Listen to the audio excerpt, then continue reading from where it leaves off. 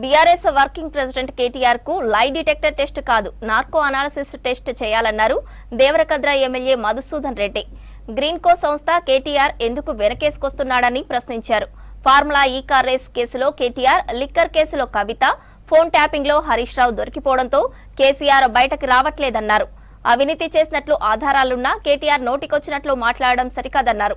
ఇప్పటికైనా తెలంగాణ ప్రజలకి కేటీఆర్ క్షమాపణలు చెప్పాలన్నారు ఎమ్మెల్యే మధుసూదన్ రెడ్డి.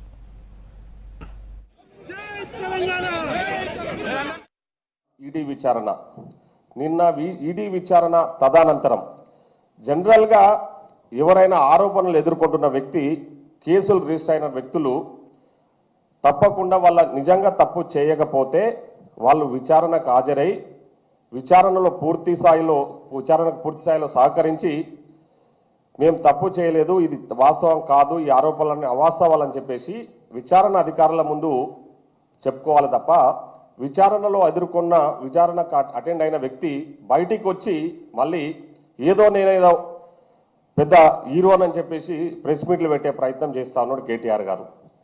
నిన్నటికి నిన్న మన లాస్ట్ టైం ఏసీబీ వాళ్ళ విచారణకు పోయినప్పుడు ముఖ్యమంత్రి గారిపై లేని ఆరోపణలు అంటే ఆయన ఒకటే టార్గెట్ ఏంటంటే రేవంత్ రెడ్డి గారిని ఏదో రకంగా అబాస్ పాలు చేయాలి.